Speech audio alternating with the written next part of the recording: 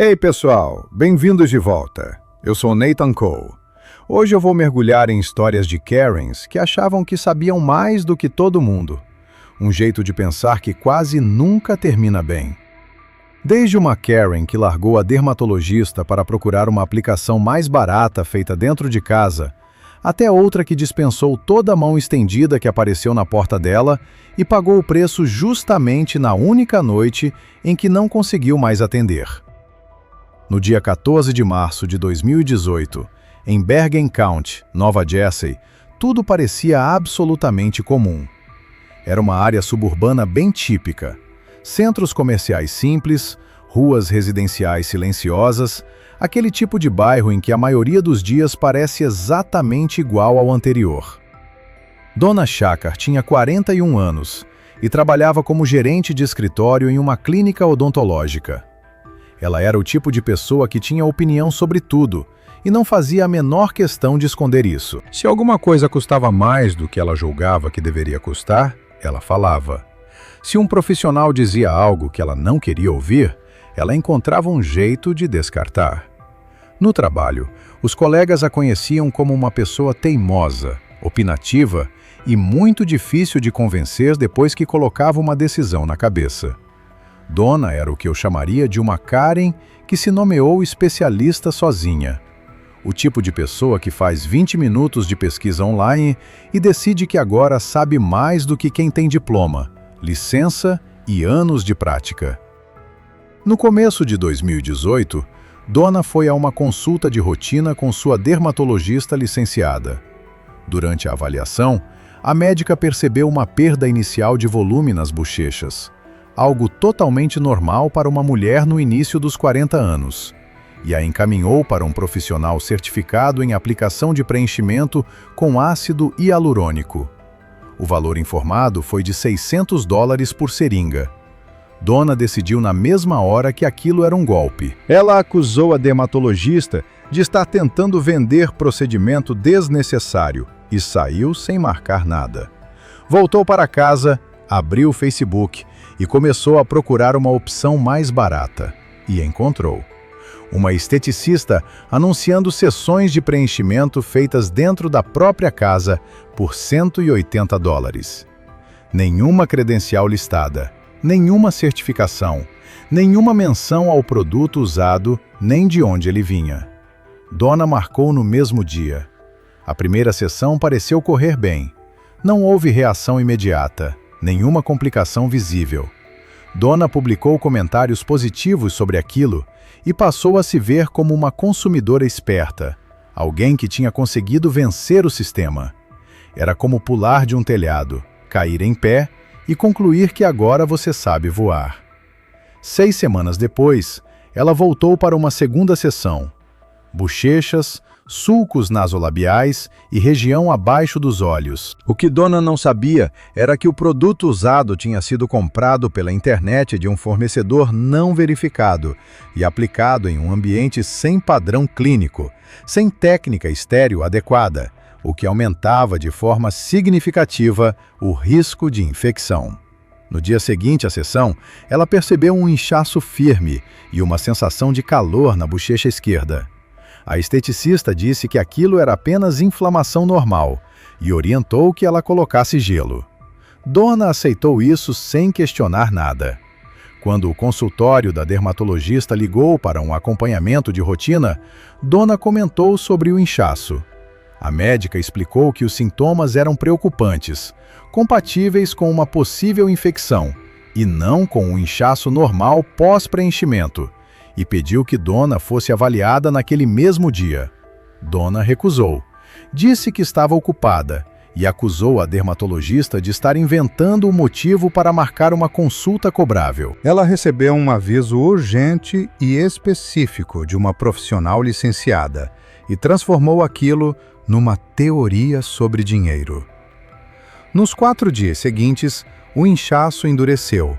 Um abscesso visível surgiu ao longo do osso da face e a febre chegou a aproximadamente 38 graus Celsius.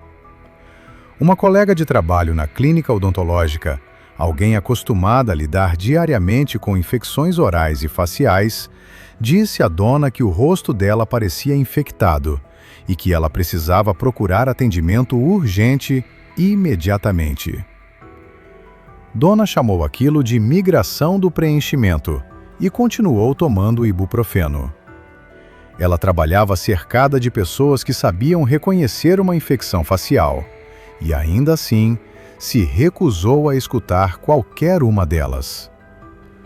No sexto dia, a febre de Dona já tinha passado de 39 graus Celsius e ela começou a ficar visivelmente confusa na mesa de trabalho. Duas colegas perceberam que ela já não respondia de forma coerente. O lado esquerdo do rosto estava assimétrico, vermelho e bastante inchado. Uma assistente odontológica de 22 anos, com apenas 3 semanas no primeiro emprego, foi a primeira a notar Dona desabando para a frente na cadeira. Ela congelou. Uma colega mais velha contornou a situação e ligou para o serviço de emergência. Aquilo deve ter sido absolutamente aterrorizante para essa assistente. Menos de 3 semanas no primeiro emprego e aquele era o cenário da manhã dela. Os paramédicos encontraram Dona em choque séptico, com pressão arterial baixa, frequência cardíaca elevada e alteração importante do estado mental. A infecção já havia saído do local da aplicação e se espalhado para os tecidos faciais ao redor. Dona foi internada na UTI e tratada com antibióticos intravenosos e fluidos, mas o quadro continuou se deteriorando. Ela morreu 14 horas depois por choque séptico e falência de múltiplos órgãos. As redes sociais da esteticista foram apagadas em menos de 48 horas. A propriedade onde o procedimento foi feito não tinha registro de inspeção sanitária nem cadastro formal no condado. Dona achou que estava sendo inteligente ao cortar caminho e economizar. Isso custou tudo. O caso seguinte que eu analisei me fez realmente pensar até onde uma pessoa pode ir só para não aceitar que alguém diga o que ela deve fazer. Esse envolve uma mulher que saiu do hospital menos de 12 horas depois de uma cirurgia, porque tinha uma visita a um imóvel marcada para a manhã seguinte.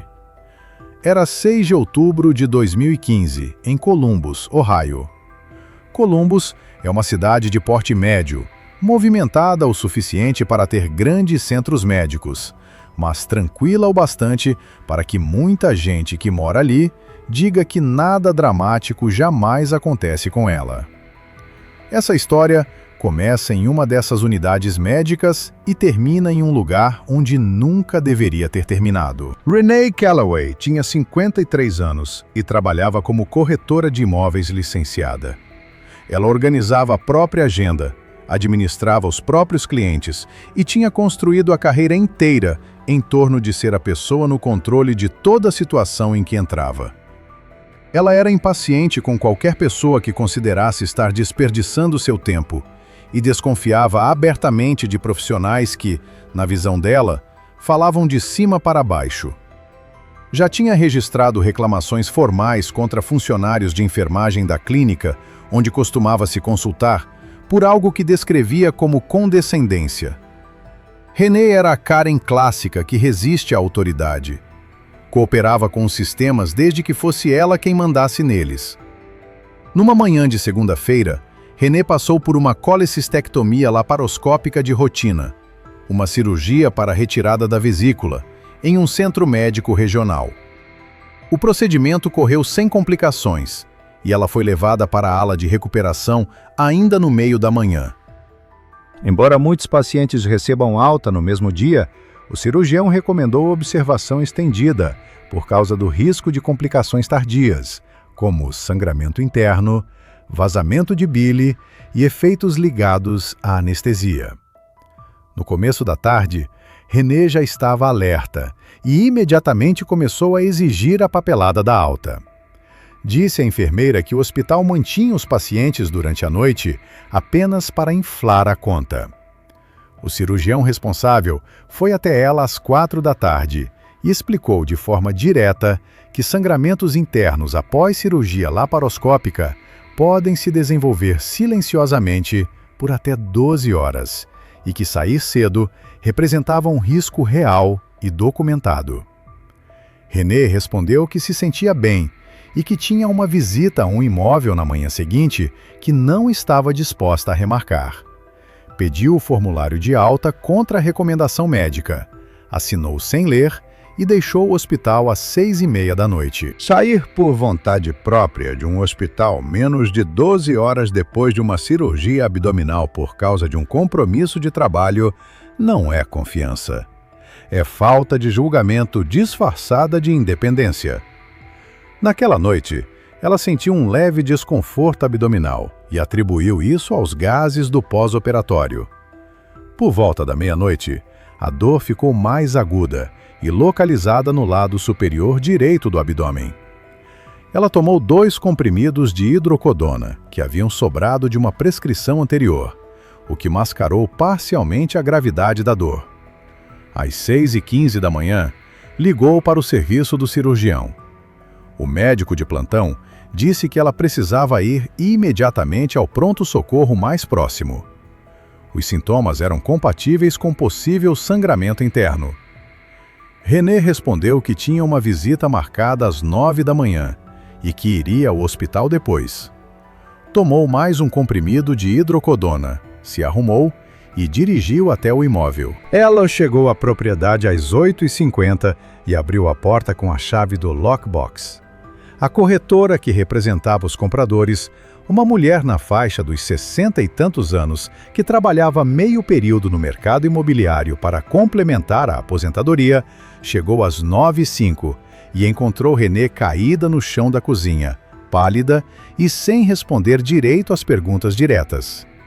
Essa mulher ficou sozinha com René durante vários minutos antes da chegada dos paramédicos, ajoelhada no chão da cozinha, tentando mantê-la consciente.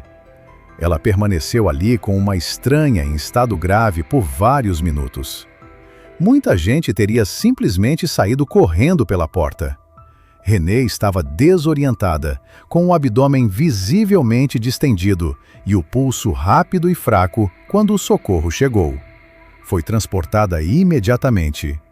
No hospital, os cirurgiões descobriram um sangramento interno lento, porém contínuo, causado por falha de um pequeno clipe na artéria cística. Trata-se de uma complicação reconhecida, embora incomum, da cirurgia laparoscópica de vesícula, capaz de permitir que o sangue se acumule gradualmente ao longo de várias horas.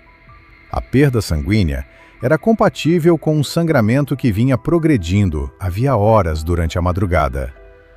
Apesar da intervenção cirúrgica rápida para controlar o sangramento, René morreu na mesa de operação por choque hemorrágico. O formulário de alta contra a recomendação médica continha a assinatura dela, ao lado do aviso verbal documentado pelo cirurgião. A orientação dada pelo médico de plantão às 6h15 da manhã também estava registrada. René tinha sido avisada 2 vezes de forma clara, e as 2 vezes ficaram documentadas. Ela escolheu a visita ao imóvel no lugar do atendimento. René teve toda a chance possível de sair viva dessa história. Só continuou fazendo a escolha errada até não haver mais volta. Quando cheguei ao próximo caso, tive de reler 2 vezes, porque o nível de falha institucional ao redor dessa mulher é quase tão frustrante quanto a própria postura dela. Dessa vez, a história nos leva a uma academia na Geórgia. Era 13 de janeiro de 2015, em Marietta, Geórgia. Marietta é um subúrbio bastante comum, localizado a cerca de 32 quilômetros a noroeste de Atlanta. Restaurantes de rede, academias em centros comerciais, aquele tipo de lugar em que o maior drama de uma manhã qualquer, normalmente, é a fila do drive-thru. Patrice Holden tinha 47 anos e trabalhava como administradora de distrito escolar. Ela era organizada, opinativa e profundamente desconfortável em qualquer situação na qual outra pessoa tivesse autoridade sobre ela. Patrícia pagava uma mensalidade premium na academia e tratava esse pagamento como uma licença pessoal para fazer o que quisesse lá dentro. Funcionários que a corrigiam estavam exagerando. Treinadores que a alertavam estavam implicando com ela. Nos primeiros 8 meses como aluna, ela registrou 3 reclamações separadas contra membros da equipe por aquilo que descreveu como fiscalização excessiva. O que nenhuma dessas reclamações mencionava era a linha do formulário de admissão que ela mesma havia preenchido no cadastro. Nas informações médicas, Patrícia declarou ter um diagnóstico de fibrilação atrial paroxística, uma alteração de ritmo cardíaco que faz o coração bater de forma irregular e imprevisível. A política padrão da academia exigia uma carta de liberação médica antes que qualquer aluno com condição cardíaca declarada pudesse usar equipamentos de alta intensidade. Patrícia nunca entregou essa autorização. A equipe da recepção registrou a ausência, mas não acompanhou o caso de forma consistente. Patrícia era o tipo de Karen que transforma a relação de cliente em arma. No instante em que entrega dinheiro, passa a se considerar intocável. 3 meses depois de iniciar o plano, um treinador chamado Corey corrigiu educadamente a postura dela na máquina de cabos, citando risco de lesão. No mesmo dia, Patrícia fez uma reclamação contra ele à administração, acusando-o de tê-la constrangido em público. Como resultado, Corey recebeu uma advertência formal por escrito. 5 meses após o início do plano, Patrícia exigiu que a administração colocasse um pedido formal de desculpas de Corey no mural comunitário da academia. Quando a direção recusou, ela mesma imprimiu uma carta de queixa e a fixou no mural antes que os funcionários conseguissem impedi-la. A gerência retirou o papel no mesmo dia. 8 meses depois de entrar na academia, Patrícia decidiu começar a treinar com intensidade muito mais alta.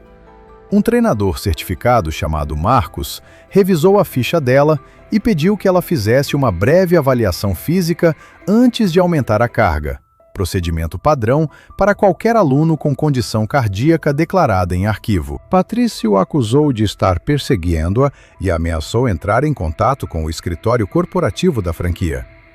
O gerente da academia pediu que ela apenas cumprisse a formalidade. Patrícia recusou, virou-se para 2 pessoas que estavam por perto e disse em voz alta que os funcionários dali perseguiam mulheres que sabiam o que estavam fazendo. Em seguida, exigiu apenas um termo geral de responsabilidade. A recepção entregou um documento desses para apaziguar a situação, embora aquilo não substituísse a liberação médica exigida.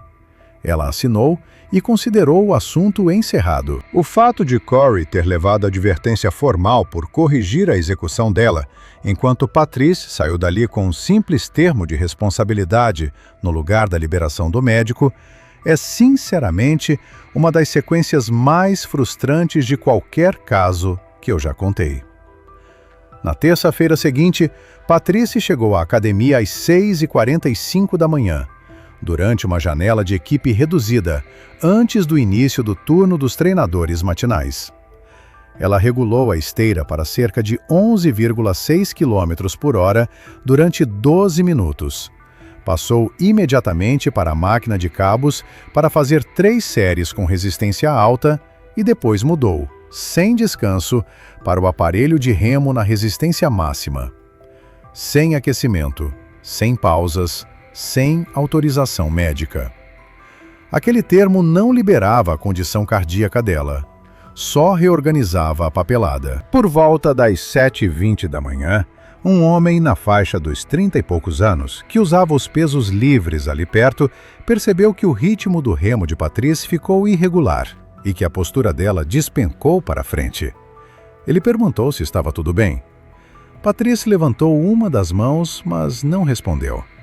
Aproximadamente 75 segundos depois, soltou a barra e escorregou do assento para o chão. O homem iniciou reanimação cardiopulmonar apenas com as mãos, seguindo as instruções do atendente do serviço de emergência pelo telefone, que é a abordagem recomendada para um socorrista sem treinamento formal diante de uma emergência cardíaca. Enquanto uma atendente da recepção, que tinha acabado de chegar para o turno, permaneceu na ligação com a central.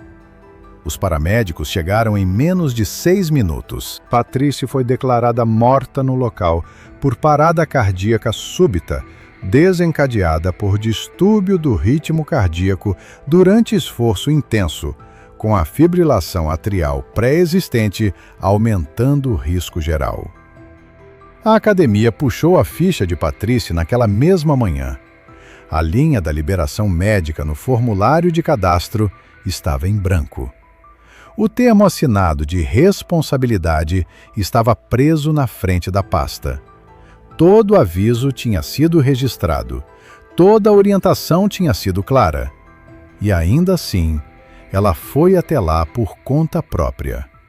E eu sinceramente fico me perguntando se tudo teria acabado de outra forma se ela tivesse feito isso.